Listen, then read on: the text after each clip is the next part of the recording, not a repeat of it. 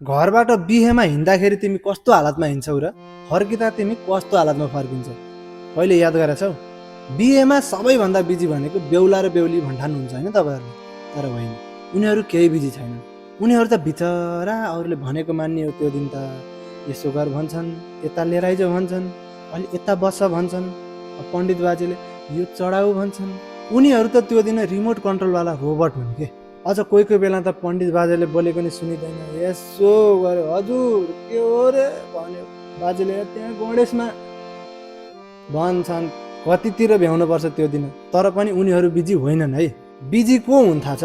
त्यो पुलाउ खाने लाइनमा सबैभन्दा पछाडि 300 जना पछाडि उभिएका ती होनहार व्यक्तिहरू, उनीहरू हुन् बिजी त। अझ झन् मजा कतिखेर आउँछ थाहा छ?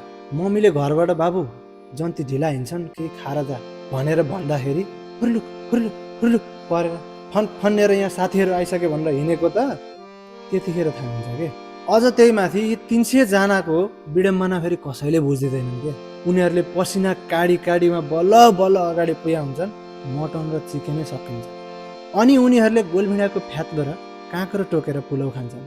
ओहो, सोच्दा पनि विरक्त लाग्यो मलाई त। त्यसैले धेरै लोभ नगरी मम्मीले भनेको मान्नु, अनि आफू नि बिहे गर्नु के। कति अरूको बिहे खाँदै हिँड्नु।